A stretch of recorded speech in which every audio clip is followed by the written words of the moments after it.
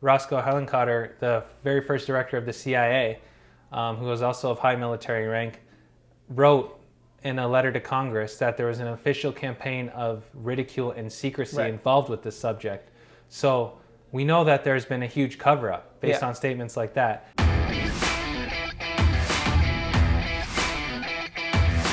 All right, so in this segment, we're going to be talking about how the U.S. actually tried to detonate a nuke on the moon. I got Arjun Walia here. We're going to be talking about this in detail.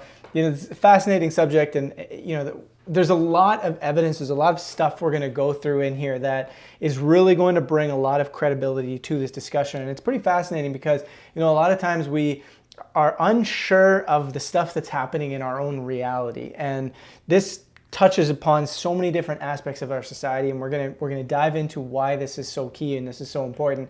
At the end of the day, too, before we get started on this, remember that this whole segment will be available on CTV. It's our subscription-based platform. It's how we stay alive as independent media. We don't make money anywhere else other than your support on CTV. So you can head over to cetv.one and become a member. Watch this full segment.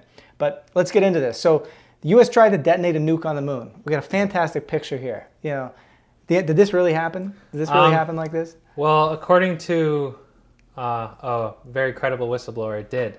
Right. But to give you some background, it's public knowledge that the U.S. really wanted to try and detonate nuclear weapons on the moon for scientific purposes, measurements and stuff. There's a declassified document by the Air Force Nuclear Weapons Center. It's from June 1959. That shows that they really wanted to investigate the capability of detonating nuclear weapons in space. So that right away shows you that they really wanted to do it. They thought about it. Yeah. It was called A119, the project, if you want to look it up. So the fact that did they actually go ahead and try it, that's something we'd probably, in a declassified report form, we'd never get. We'd never know if they tried it or not. They wouldn't admit to that. Right. But according to a very high-ranking colonel in the military, yes, we did try and detonate a nuclear weapon on the moon, and when we did, according to him, there was an extraterrestrial intervention. Right. So who exactly is this colonel that has this information? Who's been talking about this stuff? His name is Colonel Ross Diedrichson. Right. And he is a former colonel in the United States Air Force, and he is actually what we call a whistleblower because we can verify his background. He is who he says he is. Right. So when someone comes to you in such a high-ranking position and are who they say they are, it's always interesting to hear what they have to say, especially when their information corroborates, like with that document that we just showed you. Right. And so we'll play a clip here of who he says he is. I am Lauren Ross Diedrichson, Colonel, USA retired.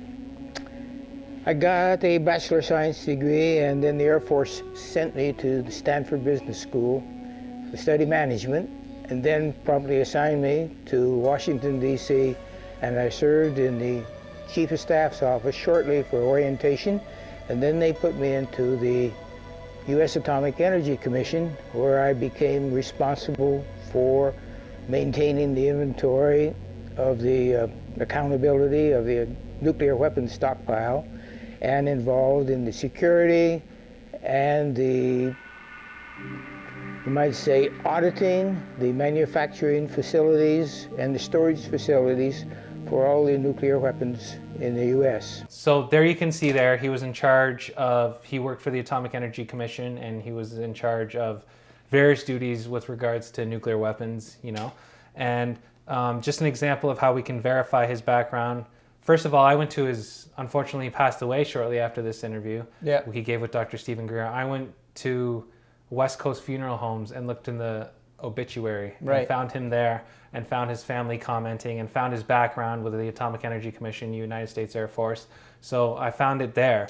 I also found, here's a document from the United States Department of Energy of Scientific and Technical Information. You could see his name there. You can also look back at multiple Air Force registrars, because if someone's in the Air Force, you're going to know they were in the Air Force. Right. So here's a little screenshot of that Air Force registrar when he was a major. So his background is verified. We know who he is, who he says he is. And it's interesting because This is from his experiences from the 1950s and 60s, at a time when, you know, we just dropped the atomic bomb, and that's when all this UFO activity happened. Right. And UFOs were all around when we dropped the atomic bomb. They're all around when we were doing atomic weapons testing. Yeah. So here's an interesting clip of him describing his first experience with UFOs. While I was there, I had my first incident with UFOs, which in mid-July they flew over Washington, D.C., and I saw my first 9 UFOs. What year was this? This is July of 1952. So you look at that clip, and that's interesting because the way I corroborate evidence is, you know, he's talking about his experience there, and shortly after, like, that's a verified phenomenon. You saw the footage there. Shortly after that, that event created so much stir and so much kind of panic that President Truman had to go on television, and obviously he was going to be asked about it. So here's an interesting response from Truman when he was asked about it. Did the Joint Chiefs of Staff talk to you or concern you about the unknown and the unidentified flying object? Oh yes, we discussed it at every conference that we had with the military, and they never were able to make me a concrete report on. Do you have what anything they on the see. subject, sir? No, I haven't anything on the subject, and there's always things like that going on. Flying saucers, and they've had other things, you know. So again, it's interesting to note this time period when UFOs were so prevalent due to the fact that they were being sighted all over the place at atomic weapons energy testing, you know, Hiroshima. All of a sudden UFOs show up. It's almost like they're like, what's going on here? What's these nuclear bomb testing, right? It's interesting because it's a time where this is an opportunity, because it's you know, Truman had to go on television set and he had to talk about this stuff. It's a time where it's like, there could have been more honest discussion about this. It was a very primed opportunity to say, great opportunity. We're going to talk about what's really going on in space. We're going to talk about what, you know, these events where extraterrestrials are perhaps engaging with our nuclear weapons sites and so forth, and maybe shutting some stuff down, like what's going on. But it was decided that we're not going to talk about this to the public. It's going to be, this is the agenda beginning. Yeah, after Truman went on television, you know, it was popular. After that, it went completely dark. Right. Extreme secrecy. And in 1960, Roscoe Hellencotter, the very first director of the CIA, who was also of high military rank, wrote in a letter to Congress that there was an official campaign of ridicule and secrecy involved with this subject.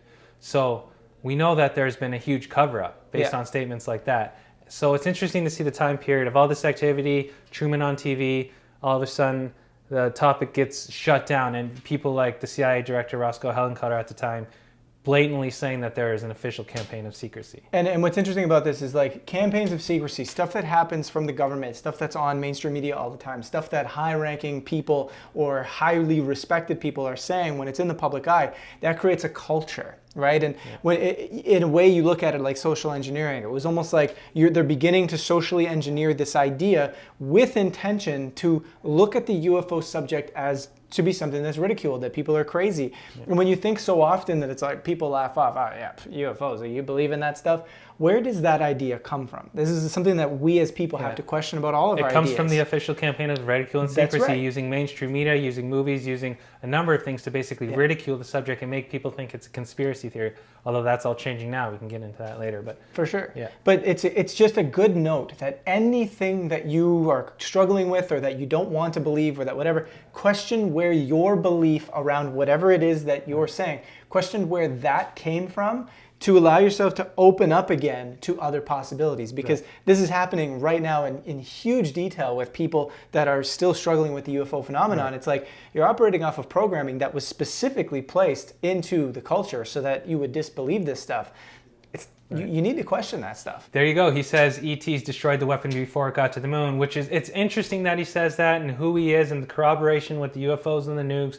UFOs constantly hovering over nuclear missile sites and some of these sites shutting them down. Right. The fact he says that the detonation of nuclear weapons in space is not acceptable to the extraterrestrials. And this guy has some high contacts. Right. He's a colonel for the Atomic Energy Commission working for them. He had high contacts in the U.S. Air Force Space Command.